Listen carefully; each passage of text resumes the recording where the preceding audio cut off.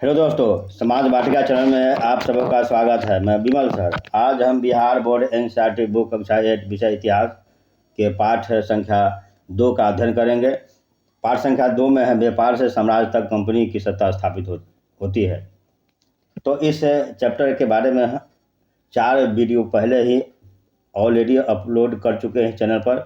अभी तक जो वैसे साथी समाजी जो हमारे विद्यार्थी, हमारे जो पढ़ने लिखने वाले जो प्यारे साथी हैं, वो अभी तक इनको नहीं देखे हैं, कृपया पहले उन सभी वीडियो को देख लें ताकि इस चैप्टर के बारे में आपकी समझ जो है वह परफेक्ट हो जाएगा। तो शुरू करते हैं आगे का, यानी सर्वोच्चता का दावा। तो सर्वोच्चता का दावा जो है हम आज शुरू करेंगे, और इसको शुरू करने से पहले आपसे पुनः वही बात दोहराना चाहते हैं कि आप इस वीडियो को लाइक और शेयर जरूर करें। हमारा रिक्वेस्ट होता है कि आप इसे लाइक और शेयर, जो देखें उसको लाइक और शेयर करते चले, क्योंकि लाइक और शेयर करने में किसी तरह कोई परेशानी, किसी तरह कोई खर्च, कोई आर्थिक दबाव नहीं पड़ता है, केवल उंगली का दबाव पड़ता है। तो उंगली का दबाव तो दे ही सकते हैं।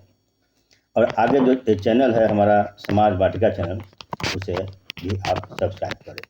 तो चलिए चलते हैं आगे सर्वोच्चता का दावा से। यानी उपरोक्त विवरण से स्पष्ट है कि 19वीं सदी की शुरुआत से कंपनी क्षेत्रीय विस्तार की आक्रामक नीति चला रही थी, यानी उस पर नीति पर चल रही थी। लॉर्ड हेस्टिंग्स 1813 से 1823 तक गवर्नर जनरल रहे के नेतृत्व में सर्वोच्चता की एक नई नीति शुरू की गई। कंपनी का दावा था कि उनकी सत्ता सर्वोच्च है, इसलिए वह भारतीय राज्यों से ऊपर है। अपने हितों की रक्षा के लिए भारतीय रियासतों का अधिग्रहण करने और उनको अधिग्रहण की धमकी देने का अधिकार अपने पास मानती है। यह सोच बाद में अंग्रेजों की नीतियों में दिखाई देती रही, लेकिन यह प्रक्रिया बेरोक नहीं चली। उदाहरण के लिए, जब अंग्रेजों ने कित्तूर, फिलहाल कर्नाटक में, एक छोटे से राज्य को कब्जा में लेने का प्रयास किया तो रानी चेन्नम्मा ने हथियार उठा लिए और अंग्रेजों के खिलाफ आंदोलन छेड़ दिया।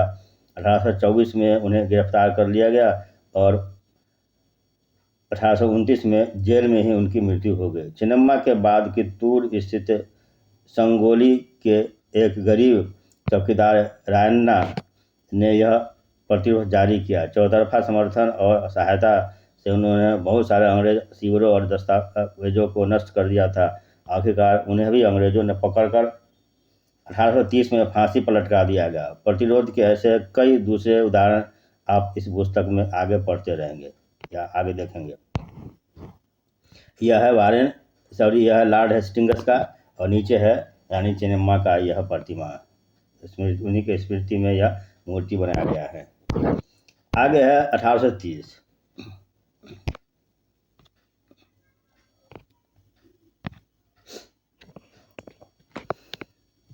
1830 के दशक के अंत में ईस्ट इंडिया कंपनी रूस के प्रभाव से बहुत डरी हुई थी।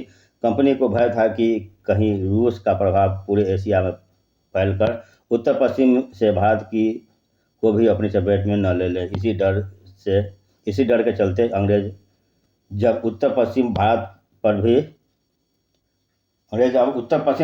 भी अपना नियंत्रण स्थापित करना चाहते थे, उन्होंने 1838 से 1842 के बीच अफगानिस्तान के साथ एक लंबी लड़ाई लड़ी और वहां अप्रत्यक्ष कंपनी शासन स्थापित कर लिया। 1843 में सिंध भी कब्जे में आ गया। इसके बाद पंजाब की बारी थी। यहाँ महाराजा रणजीत सिंह ने कंपनी की दाल नहीं गलने दी।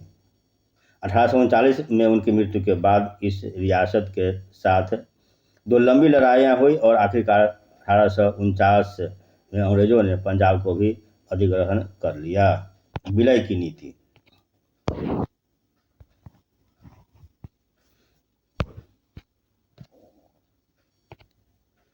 अधिग्रहण की आखिरी लहर 1848 से लेकर 1856 के बीच गवर्नर जनरल बने लॉर्ड डलहौजी के शासन काल में चली। लॉर्ड डलहौजी ने एक नीति अपनाई थी जिसे विलय नीति का नाम दिया।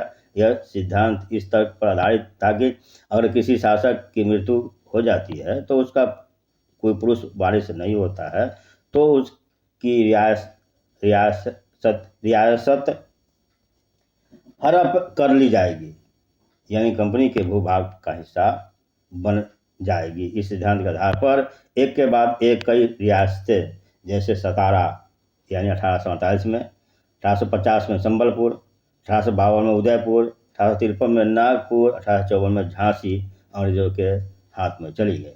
आखिरकार 1856 में कंपनी ने अवध को भी अपने नियंत्रण में ले लिया। इस बार अंग्रेजों को एक नया तर्क दिया। क्या दिया कि उन्होंने कहा कि वे अवध की जनता को नवाब के कुशासन से आज़ाद कराने के लिए कर्तव्य से बंधे हुए हैं, इसलिए वे अवध पर कब्जा करने को मजबूर है। अपने प्रिय नवाब को जिस तरह से गद्दी से हटाया गया, उसे देखकर लोगों में गुस्सा भड़क उठा और अवध के लोग भी 1857 के महान विद्रोह में शामिल हो गए।